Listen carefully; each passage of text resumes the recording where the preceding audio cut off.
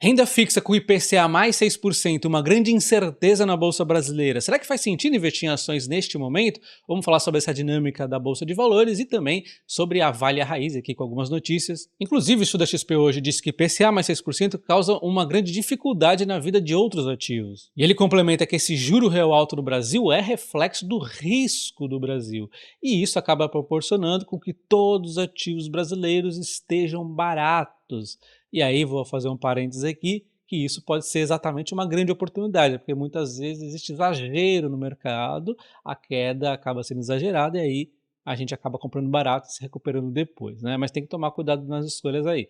Bom, um dos principais fatores para o aumento de percepção do risco no cenário local foi a comunicação confusa do Banco Central na última reunião do Copom. A gente viu ali, óbvio que vai ser uma comunicação confusa, já que a frente ali indicada pelo governo da esquerda junto no Banco Central, decidia por queda de 0,5%, enquanto a outra, um pouco mais da metade ali, que ganhou, né, acabou decidindo na queda de 0,25 pontos na Selic. Então, óbvio que se o pessoal está dividido lá dentro, a comunicação vai ser confusa. E na minha visão ainda tem um agravante, que no ano que vem provavelmente o Galípolo deve acabar assumindo o Banco Central, e aí para onde vai a decisão das taxas de juros, como é que fica, né? Isso aí ainda vai trazer mais tumulto mais para frente. Ele complementa o seguinte, né? Se entender o Brasil já é uma tarefa difícil para os brasileiros, imagina para o investidor estrangeiro. E é muito importante entender o mercado de capital local, e aí eles têm receio aqui de investir no Brasil muitas vezes por conta dessa insegurança toda que o Brasil acaba passando. Ele destaca a importância de se entender a diferença entre risco e incerteza, é crucial isso nos investimentos, né? Inclusive, o CEO aqui da Verde Asset, ele reconhece a atratividade do IPCA 6+, né?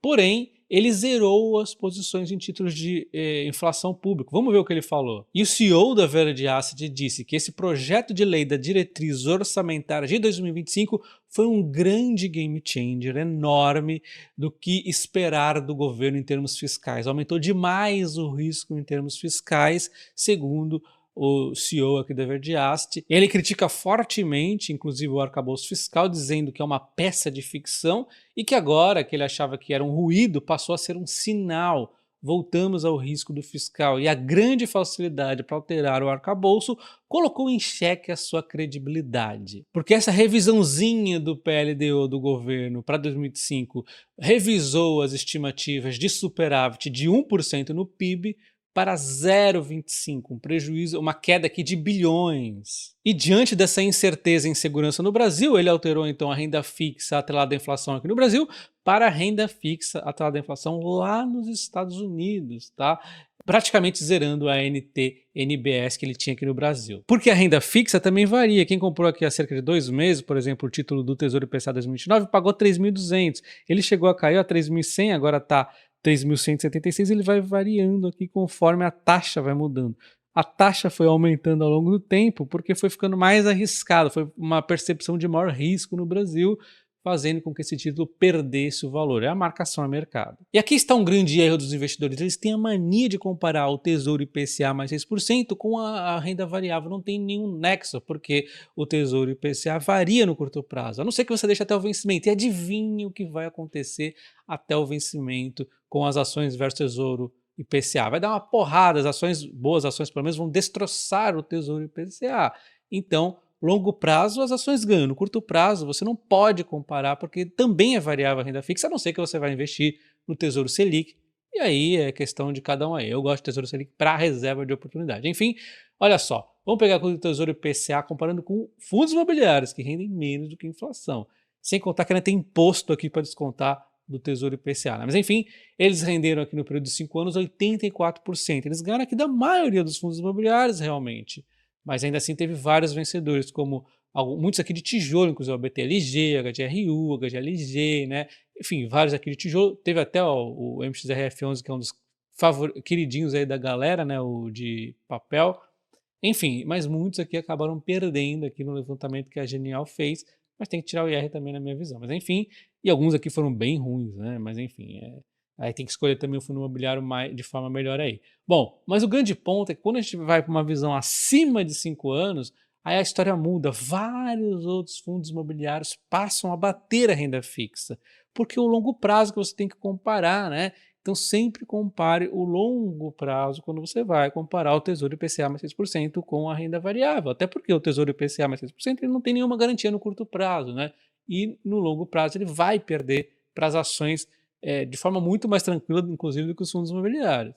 Então o que eu quero dizer é o seguinte, no curto prazo não existe garantia nenhuma de qualquer rentabilidade da renda variável, você pode inclusive perder negativo, né? Enquanto no médio prazo já começa a melhorar, se você fizer boas escolhas, né? Eu quando comecei a investir lá atrás, muito tempo atrás, eu errei bastante. Então espero que você não erre, que aí você vai conseguir já no médio prazo ter um bom lucro, mas não tem garantia também que vai superar em 6% a inflação, né? Embora seja grande probabilidade que sim, inclusive vale destacar o seguinte, tá? Tesouro IPCA mais 6% tem IR ali, né? Não é 6%, não é IPCA 100%, é 85% do IPCA, enfim, né? E por fim, eu acredito na minha visão que com certeza boas empresas vão bater com facilidade o IPCA 6% no longo prazo. É para esse motivo que a gente investe no longo prazo. E aí, para ter uma performance ainda melhor, você tem que comprar as quedas, né? Comprar ali no meio dos ruídos, mas sempre entender qual tipo de ruído está passando a empresa. Então é por isso que eu tento aqui nesse canal trazer sempre um pouco de macroeconomia, que é importante você entender a macroeconomia que vai ditar muito o ritmo das empresas, mas mais importante ainda é você dominar as empresas. Eu geralmente trago aqui muitos detalhes de algumas delas, mas eu não posso trazer de todas, e é importante que você domine as empresas que você tem na carteira. E aí é que nós voltamos naquele ponto que o CEO da XP comentou, que existe a importância de entender a diferença entre o risco e a imprevisibilidade. Só que quando a gente fala de macroeconomia, talvez não possamos realmente dominar toda a imprevisibilidade. Sempre vai ter imprevisibilidade, ainda mais no Brasil, por conta da política, né? Então algumas coisas estão fora do nosso alcance. Mas as empresas a gente pode escolher aquelas que têm uma imprevisibilidade reduzida. Por exemplo, você vai investir numa empresa que caiu, despencou, porque ela está num programa de recuperação judicial, na minha visão isso é uma imprevisibilidade, não é um risco. Você vai investir numa raiz, uma empresa que tem um crescimento muito grande pela frente e que está apanhando por conta disso também, né? Aí nós estamos falando mais do que? Do risco, né? Desde que você domine a empresa, entenda este tipo de risco que tem pela frente, os riscos, né? Tem que entender tudo ali que tem pela frente, aí você vai conseguir mensurar se é risco ou se é oportunidade. E aí no meu perfil eu coloco a Petrobras uma parte risco, que é super tranquilo, a questão do petróleo, é uma empresa fantástica, como eu já disse, e tem a parte da imprevisibilidade, ao qual eu não gosto nada, e é por isso que eu deixei de investir na Petrobras, depois de 16 anos aí que eu estava investindo, no ano passado eu terminei de vender elas, por conta da imprevisibilidade que se mostra agora acontecendo, né, com a troca do CEO ali, e existe aquela questão imprevisível. Qual será a política de preço? Como vai ficar os dividendos? No que vai investir a Petrobras? E imprevisibilidade no mundo dos investimentos é como o experimento científico do gato de Schrödinger, onde um gato é colocado dentro de uma caixa e existe um dispositivo que pode disparar um veneno que vai matar o gato, e essa caixa é lacrada, você não vê o que tem lá dentro, e um determinado tempo depois, você não sabe se esse gato está vivo ou se está morto lá dentro. É como se estivesse em ambas situações. É um gato vivo morto, até que você abra e realmente descubra: esse gato está vivo ou esse gato está morto. As realidades são confrontadas. No caso dos investimentos, muitas vezes o que você chama de imprevisibilidade, na verdade, talvez você não tenha estudado o suficiente sobre a empresa, mas existem pontos que realmente são imprevisíveis, e é por isso que não me agrada muito algumas questões aqui, como, por exemplo, uma empresa que está em recuperação judicial. Então, na minha visão, você tem que entender o máximo possível das empresas do setor ao qual você investe, para você saber no momento que você está comprando que você está fazendo um bom negócio no longo prazo. Você não quer descobrir se você fez um bom negócio no longo prazo daqui a 10 anos, quando você abrir aquela caixa e ver: será que o meu investimento está vivo ou será que o meu investimento está morto? Então, de fato, no Brasil é impossível afastar todas as previsibilidades, mas você pode reduzir o máximo possível e tentar mapear todos os riscos, tá? Então vamos falar aqui da Raízen. Ela acaba de inaugurar a segunda planta do etanol de segunda geração, capacidade vai quadriplicar até 2025, 2026, né? Então ela vai seguindo no seu projeto de entrega de etanol de segunda geração. Ela vai aqui chegar a uma capacidade total agora de 112 milhões de litros. ela está aqui exatamente no cronograma, ela não está atrasada, isso aqui é para 2023, que é para chegar 2 plantas, mas ela fez a entrega no ano passado, os inícios das operações, mas agora que realmente ela faz a entrega aí, comercial, né.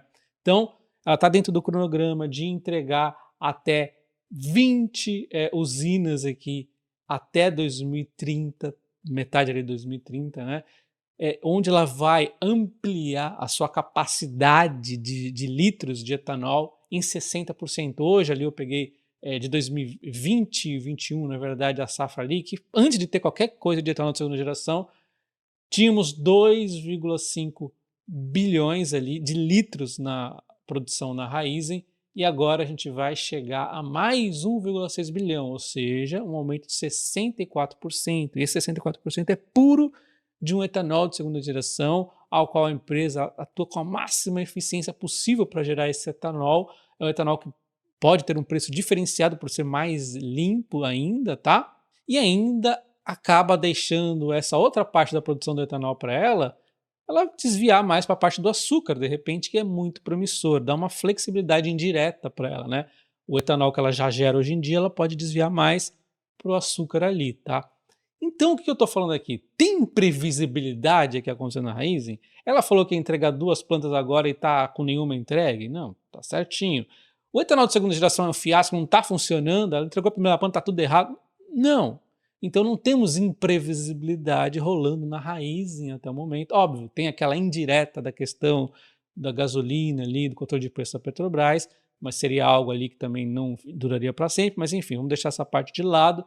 Entendendo aqui na empresa, tá tudo conforme, tá acontecendo de acordo com o que a gente espera, não tem imprevisibilidades aqui na minha visão, são riscos, o risco.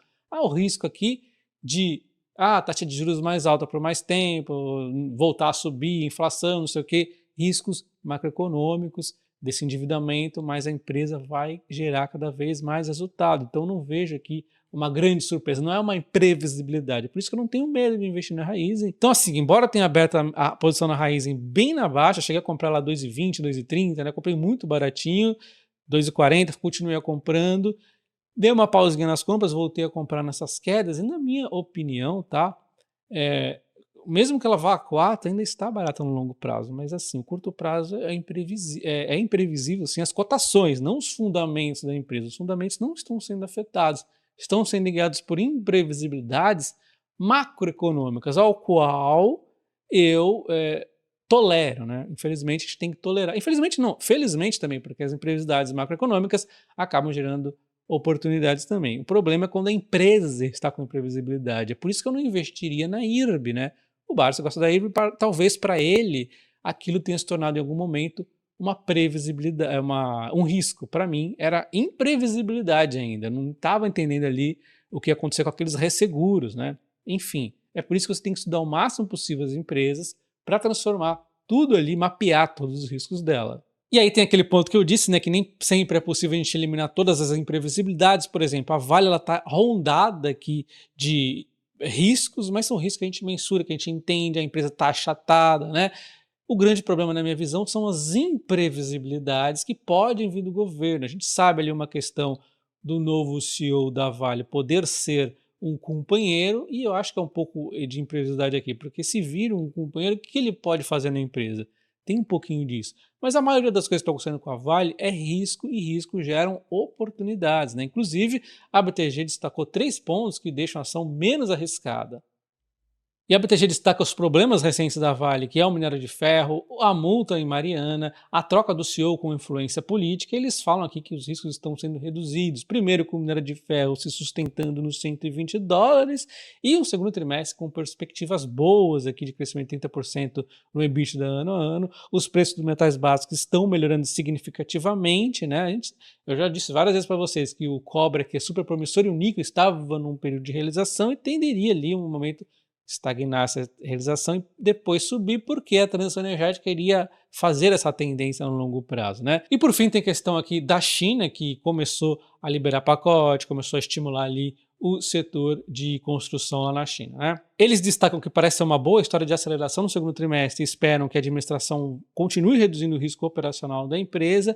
Analisando o valuation, eles lutam aqui para ver grandes upsides com potencial de alta, mas acreditam que as ações permanecem descontadas, negociadas a 4 vezes o EBITDA de 2024 e rendimentos de dividendos próximos de 9%. Já comprei várias vezes com outras mineradoras internacionais com vocês viram que a Vale está descontada. E uma notícia bacana de hoje é que o ETF de Ethereum acaba de ser aprovado, então isso aqui mostra a força das criptomoedas. Eu vou aproveitar também para responder a pergunta do inscrito sobre vale a pena ter ETF de Bitcoin? Já vou responder, mas antes só a gente vendo aqui ó, que o ETF, o Ethereum nem respondeu muito hoje, né? Ele já tem aquela questão, né? Sobe no boato e desce no fato, né? E o próximo pode ser a Solana, já tem aqui várias notícias falando que pode ser a Solana, já estão até falando de XRP, né, também. Então as criptomoedas começam a ser aceitas. E respondendo ao inscrito se vale a pena ter ETF de Bitcoin ou comprar criptomoedas, cara, assim, o ETF de Bitcoin ele vai te entregar a valorização do Bitcoin, beleza. Só que ele não vai te entregar a segurança do Bitcoin. Hoje é tão fácil você comprar criptomoedas, você faz um Pix aqui no CoinFury, sério, mas em um minuto ali você já está com dinheiro, você vai lá, só clica em comprar, pronto, você tem o Bitcoin ali. Aí um tempo depois, quando você juntar uma certa quantidade, sei lá, já tem uma quantidade bacana de Bitcoin, aí você se preocupa em comprar uma hard wallet, para uma carteira fria, né, para você guardar seus Bitcoins, que é a prova de Voldemort, por exemplo. Né? Vocês viram ali o que o Voldemort fez com um certo youtuber, né, queria pegar todo o dinheiro dele e o cara ele se salvou graças aos bitcoins. Se tivesse um ETF de Bitcoin, aí ia ser assim, ia ser mais fácil dele pegar esse dinheiro de alguma forma, né? Lógico, o primeiro alvo é o banco ali, né, o seu bancão. Aí vai para um ETF de Bitcoin, já dá mais um enrosco, mas também é possível. Enfim, não estou recomendando compra de Bitcoin, mas caso você queira comprar Bitcoin, na minha visão, a melhor forma de comprar é na CoinFury.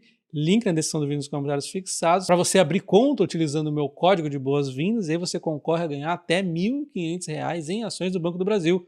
Um abraço, até o próximo. Valeu!